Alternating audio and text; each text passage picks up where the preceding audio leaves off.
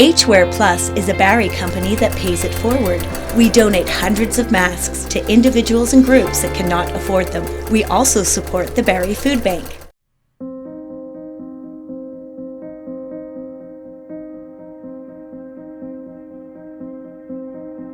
COVID-19 has been the most significant story in every branch of media since its discovery in the autumn of 2019. The virus, which is named as an acronym for Coronavirus Disease 2019, has also become the fastest-growing and largest campaign of deliberate disinformation, groundless speculation, unfounded claims, and just plain lies that has ever been known in the history of our world. Most of the harm has been rooted in social media, where misinformation has spread like cancer. Regardless of the platform, with the click of a button, any person with an agenda or a groundless belief can share fraudulent claims through writing, memes, homemade videos, and other unsupported media. These false claims are seldom, if ever, supported by any empirical evidence, but until very recently, none of the social media platforms seemed willing to accept responsibility for any content being posted.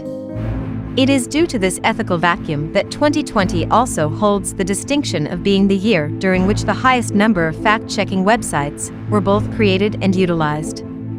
It comes as a surprise to nobody that one of the main reasons for this ongoing assault on reality is the fact that President Donald Trump has been caught lying more than 20,000 times during the 4-year period of his one, and thankfully his only term in office. Trump's constant stream of self-serving disinformation has spread across the internet like a virus, and his decision to ignore the threat of the real virus has resulted in the deaths of hundreds of thousands of people both in America and abroad. One local Canadian group that chose to perpetuate Trump's senseless drivel is Hugs Over Masks.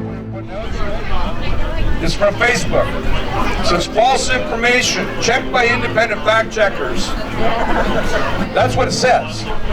What that really is censorship.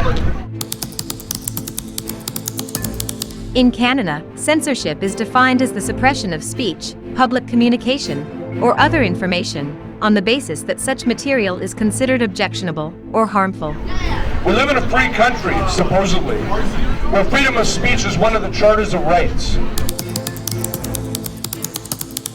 In Canada, limits on speech were incorporated in the criminal code to prevent the spreading of false news, hate propaganda, sedition, and defamatory libel. And that's just proof right there that they've taken away. I found out, my wife just texted me a minute ago and she said that on her, we have a Hugs Over Masks group page. What that page is for the people, for you, and us. So we all can share amongst the like-minded people, because some of the people were getting offended with some of the stuff we were putting out. So hey, you know what? Let's leave them to their own and let's bring it in. They took the share button off the Hugs Over Masks page. Part of the Facebook community standards focuses on authenticity. We want to make sure that the content people are seeing on Facebook is authentic. We believe that authenticity creates a better environment for sharing. And that's why we don't want people using Facebook to misrepresent who they are or what they're doing. The idea of wishing or hugging away a deadly contagious pathogen is no doubt comforting to those who are incapable of understanding the reality. However, as is supported by every credible doctor, epidemiologist, and expert in infectious disease, the lasting effects of COVID-19 can be much worse than many people have been led to believe by some mainstream media sources. Rather than rely on the reporting of others, we went to the source of one real story right here in Simcoe County. The Lawson family of Innisfil experienced COVID-19 firsthand when husband and father Steve was stricken by the disease in June of 2020. Hi, I'm Christy Lawson. And I'm Steve Lawson. And our family are COVID survivors. When I rewind the clock back to May and I review it all in my head, it almost seems surreal. I came into contact with a confirmed positive case at work, so I let Christy know that I was in contact and I was going to be tested. And Christy, at that time, made a decision that probably saved this whole household from things getting worse than what they were going to be.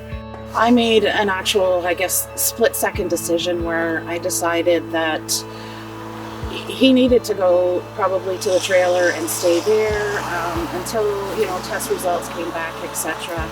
I immediately, packed a bag, clothes and food and put it on the doorstep. But in hindsight, it was the best decision I could have made at that time. As Saturday went on into Sunday, I started to downhill spiral in a hurry, and by Sunday night, I had to call for an ambulance to pick me up and bring me into the hospital. I could hardly breathe. The fever, I was burning all over. My throat was so sore. Just that physical feeling was like nothing I've ever felt. I knew something was wrong. It was like going through pneumonia, a migraine, strep throat, mono, all at the same time. They did the tests again, another blood test confirmed infection again. And the third nasal test, that did confirm positive. Feeling what I was feeling and really questioning if I would actually make it out of there. That feeling's never left me, and it's something I do not wish on anybody. It is not just a flu. It's not just a cold. It's far worse. The light became visible once again at the far end of this dark tunnel of fear and despair, with the announcement of first 1, then 2, and now 3 viable and effective vaccines. All 3 have been approved or are close to being endorsed for use by health officials. Sadly, misinformation continues to swirl through social media about the effectiveness and safety of these potential solutions that could end this international crisis that has so far killed nearly 2 million people. It is due mostly to a complete lack of understanding and ignorance that some people claimed that nanotechnology used in the production process was something similar to that used in Star Trek by the Borg. That led to claims that microchips were being injected into patients to track them. These claims are of course ridiculous and unfounded. Nanomedicine is simply a technology used to diagnose, treat, and prevent disease using molecular tools and knowledge of the human body. In the case of COVID-19, nanomedicine was used to dissect the virus and remove from it the spiky stem that is essential for the virus to spread.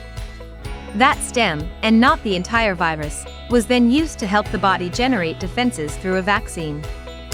There is no plot of assimilation, and no plan to track all recipients of the vaccine.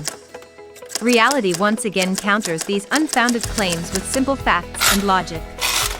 Of Canada's current population of approximately 38 million people, more than 31.5 million carry a smartphone. Each and every one of those phones are tracked as to use and location. Not only do we voluntarily submit to be monitored 24 hours a day 7 days a week, but we also all agree to pay for the privilege. It is time for a reality check. Neither Bill Gates nor George Soros has any interest in monitoring our small lives of work, home, and shopping. The other big claim against the vaccine is that it did not take long enough to create, and as such is risky. Again, this is based on unsupported supposition, and is not reality. The primary reason vaccines take long to develop is a lack of money and manpower. In the case of COVID-19, neither has been in any way restricted as the international need was overwhelming. Consider if one man decides to build a house alone and without help. Then ask who will accomplish the task faster if his neighbor hires a crew of 50 to build the same house across the street. It is simply a case of many hands make light work. Most of the false arguments are based on the arrogant belief that my opinion is as valid as any doctor's. If a true doctor gives bad advice and it causes their patient harm, they are liable and open to a claim of malpractice. Those who spew nonsense on the internet are able to do so, often from anonymity, because they are not doctors, and therefore cannot be sued or otherwise held accountable for sharing their opinions. Our goal is to learn the truth about the COVID-19 vaccine, so we once again sought out local people who have lived the experience. Mary Harris and Kim Pettit are both professionals who work in long-term care in the Barrie area, and they were both first in line to receive the vaccine for COVID-19. The nursing home where I work has technically had 3 outbreaks during this pandemic. All of them have been staff members through routine surveillance screening. Working in a long-term care home during this pandemic is terrifying. I think we've all seen the news reports of what happens when COVID gets into one of our homes, and the anxiety and stress related to dealing with it every day, all day at work, the fear of being the person that catches it in the community and brings it in is very, very heavy. So you go in, you register a second time, and then they direct you to a nurse, and she was very eager.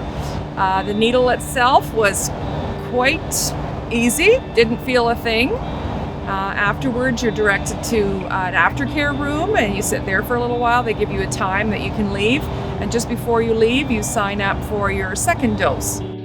She asked which arm I'd like it in, and my heart was beating about 900 beats a minute. I was nervous. I'd never had this vaccine before. And she gave me the shot, and it was almost anticlimactic. I felt the needle go in my arm. I watched as she put the serum in. It didn't burn at all.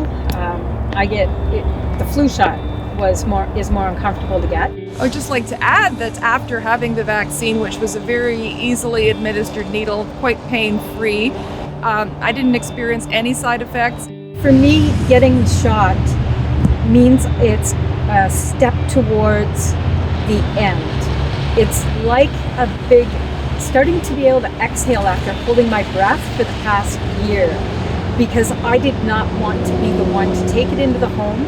I did not want to be the one that took it to my family. And for me, it's huge. So I'm very happy I got to do this. It helps me also feel a little less powerless. I've been feeling powerless, but what can I do to improve the situation? I'm doing all the things I'm supposed to do, I think. I stay home except for grocery shopping. I wear the mask, I sanitize, I wash my hands, wear all the PPE, I do everything. But I just feel like here's another opportunity for me to do something to move this horrible virus along, kick it to the curb, you might say.